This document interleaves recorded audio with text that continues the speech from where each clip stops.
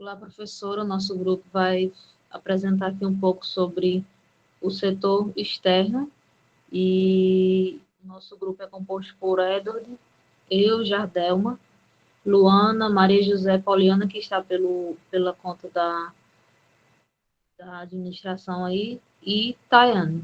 Então, vamos aqui começar a apresentação do nosso grupo sobre setor externo. Pode passar. Então, do ponto de vista econômico, o mundo se apresenta crescentemente interligado, né? Diante de outros aspectos, ainda não é possível ver essa, essa interligação de países, né? Mas em relação à economia, ao ponto de vista econômico, o mundo ele apresenta essa interligação entre países em vários aspectos. E diante disso, dentro do ramo da economia internacional, costuma-se dividir as questões teóricas em dois grandes blocos, que nós iremos apresentar aqui um pouco, que é os aspectos microeconômicos, ou a teoria do comércio internacional, que procura justificar os benefícios para cada país, né, advindos do comércio internacional, e os aspectos macroeconômicos, que são relativos à taxa de câmbio e ao balanço de pagamentos, que trataremos nos próximos tópicos com o pessoal que irá apresentar depois. Pode passar.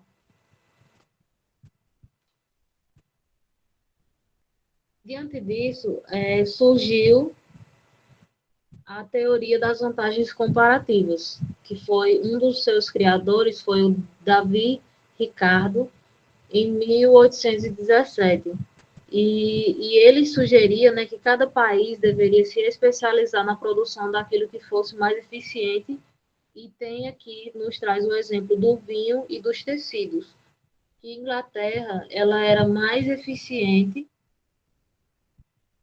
em tecido e deveria se especializar em tecido e deixar Portugal, deixasse que Portugal produzisse vinho, e no caso, todos sairiam ganhando com isso, né? Se cada um se especializasse no que fosse melhor em produção daquele produto, daquele serviço, que eles se focassem nisso para que cada um saísse ganhando em cima disso, né? E se você, né, tiver um custo mais elevado para produzir determinado produto do que os custos de importação, não faça, né? É preferível essa vantagem, né? Defende que é preferível você importar do que gastar os seus esforços, os seus recursos produzindo aquele produto, né? E o fundamento do comércio exterior está baseado na teoria das vantagens comparativas, né?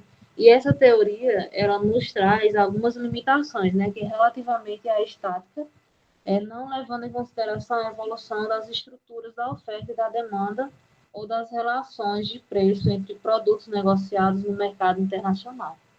Pode passar.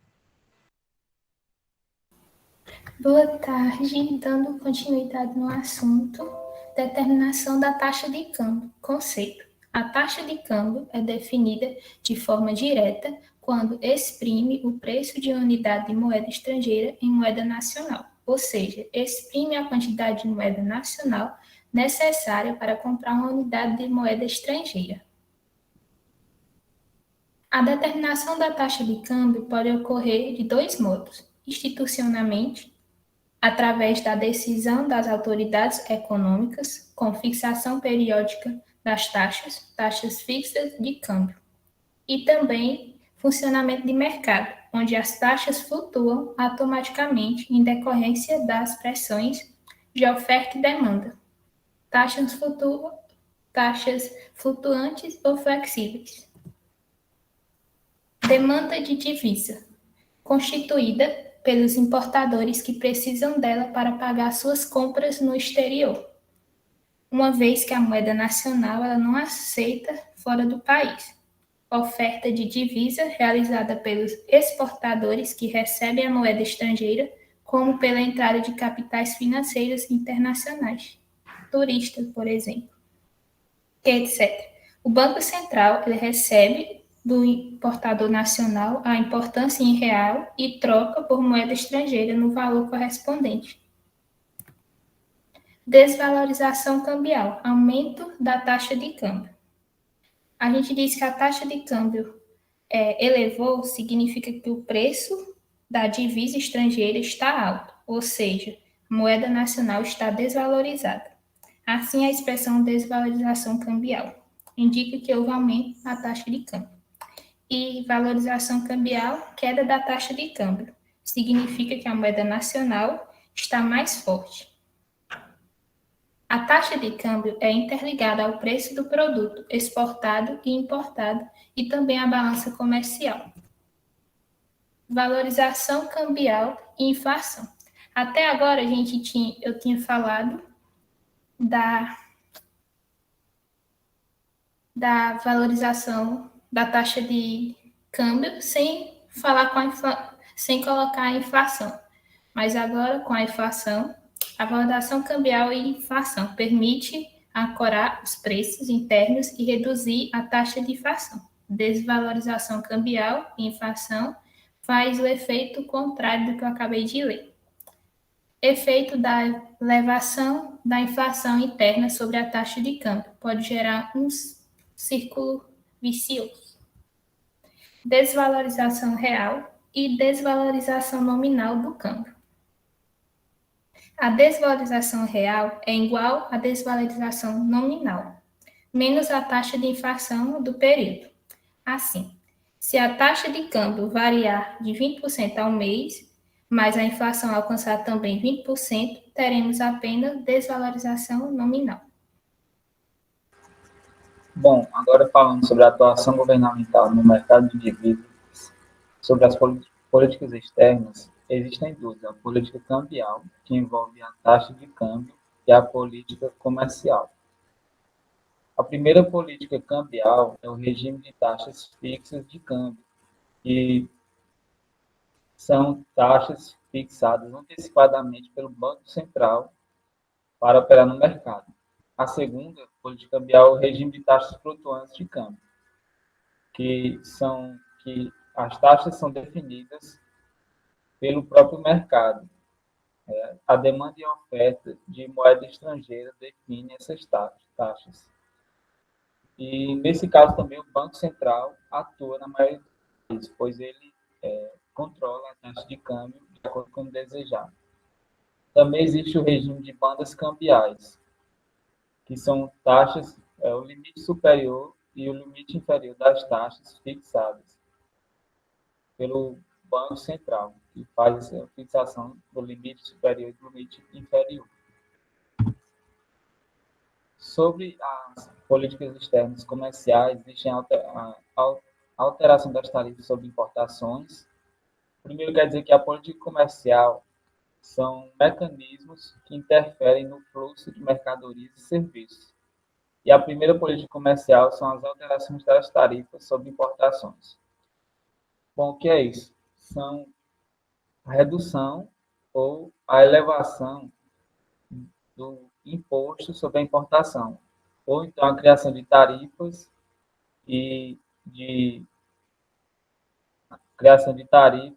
sobre os produtos importados, ou taxas.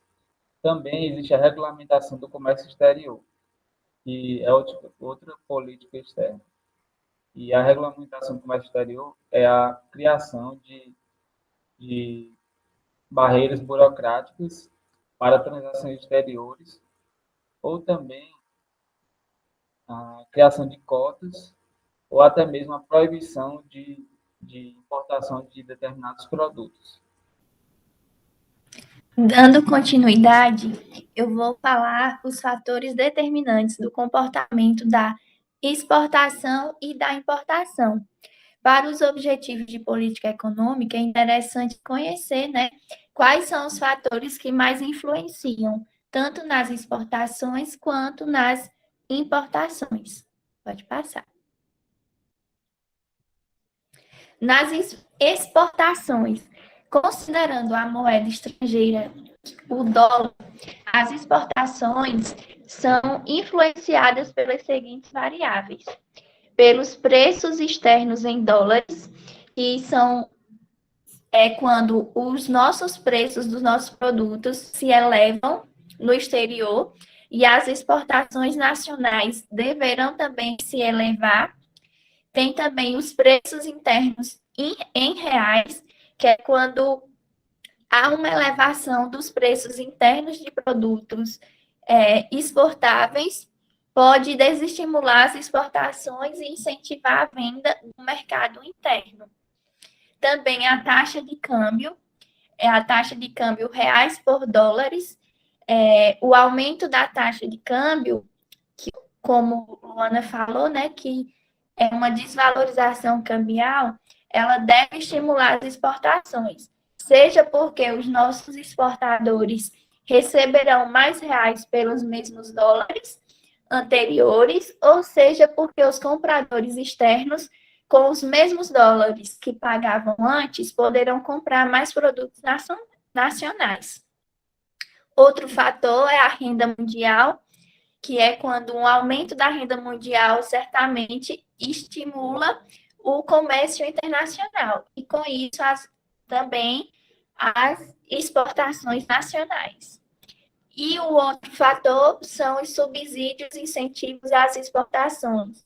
Subsídios e incentivos às exportações, sejam de ordem fiscal ou seja de ordem financeira, de juros subsidiados, sempre representam um fator de estímulo às exportações. Pode passar. Nas importações, os principais fatores são os seguintes. São um pouco parecidos, né, com os das exportações, mas que têm algumas diferenças. Por exemplo, preços externos em dólares também influenciam nas importações, pois se os preços dos produtos importados se elevarem no exterior em dólares, haverá uma retração das importações brasileiras. Outro fator, preços internos em reais.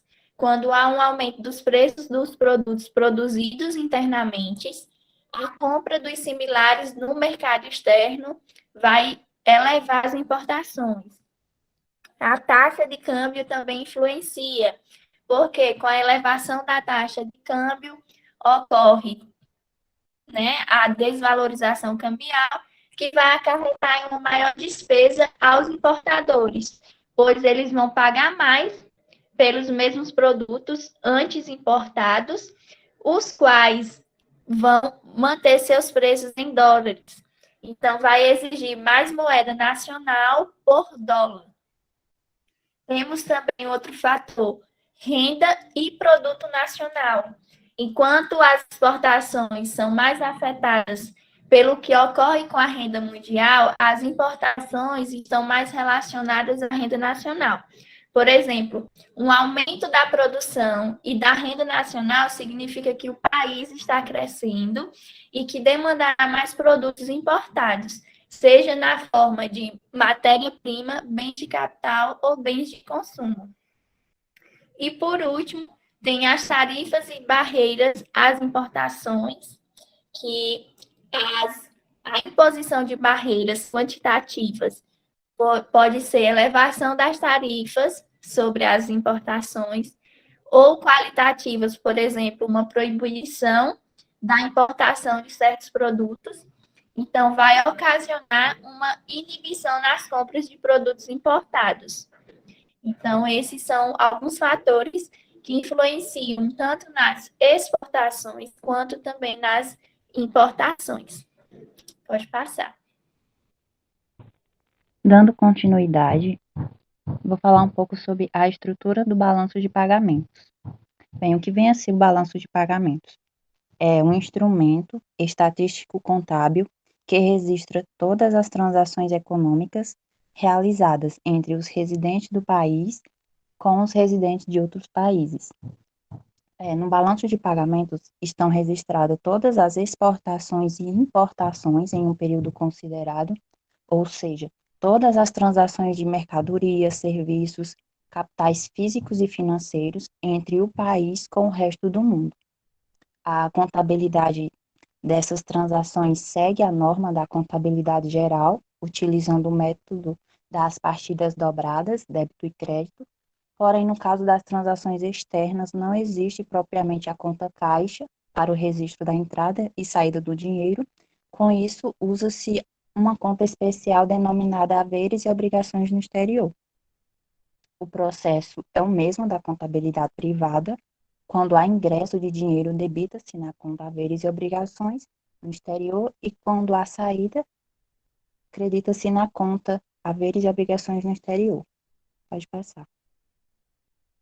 A conta haveres e obrigações no exterior divide-se em 3 transações, que são divisas, as moedas estrangeiras, ouro monetário, direito especial de saque, que é uma espécie de cheque especial que os países têm com o Fundo Monetário Internacional. Pode passar. O balanço de pagamento é dividido em 2 classificações operacionais, que são as transações correntes e o movimento de capitais. Nas transações correntes, tem-se as contas balança comercial, balança de serviço e transações unilaterais. Na balança comercial, há o registro de todas as importações e exportações que o país realiza com o resto do mundo. Se as exportações forem maiores que as importações, a balança comercial terá um superávit. Caso contrário, havendo mais importações que exportações, haverá um déficit. A conta balança de serviço é onde fica registrado todas as despesas e receitas, como frete, juros, lucros, seguros, entre outros, que o país realiza com os outros países. E na conta transações unilaterais, é o registro de todas as entradas e saídas das doações entre os países, podendo essas doações serem de divisas ou de mercadorias. E ainda na classificação das operações, temos o movimento de capital, que fica a conta capital, onde é registrado todos os investimentos diretos. Como exemplo, temos as entradas de capital, as saídas de investimentos, os empréstimos, os financiamentos e as amortizações. Pode passar. Bom, sobre o balanço de pagamentos no Brasil, existe o déficit em conta corrente. O déficit em conta corrente é a maneira que o Brasil e países em desenvolvimento têm de captar poupança externa para manter o crescimento interno. E o Brasil ele tem um balanço comercial positivo, ou seja, ele tem um valor de exportações maior do que o valor de importações, historicamente. No entanto, o Brasil também tem um balanço de serviço negativo, devido aos juros da dívida externa. E esse balanço de serviço negativo é maior do que o balanço comercial positivo. Por isso, resulta no déficit em conta corrente, que é um saldo negativo nas transações em contas correntes. Por conta desse déficit em conta corrente, é atraído para o Brasil capitais externos, o que regula e torna o balanço de pagamentos positivo no Brasil. Bom, agora eu vou passar para a minha colega. Dando continuidade, vou falar sobre os organismos internacionais. Para entendermos os organismos internacionais, nós precisamos voltar no contexto das grandes guerras mundiais, os conturbados anos da Grande Depressão, que culminaram a crise dos anos 30, provocaram enormes perturbações na economia de praticamente todos os países e, por conseguinte, nas relações econômicas internacionais. Já no final da Segunda Guerra Mundial, evidenciava-se a necessidade de mudança no sistema de pagamentos internacionais. Pode passar, Bruno.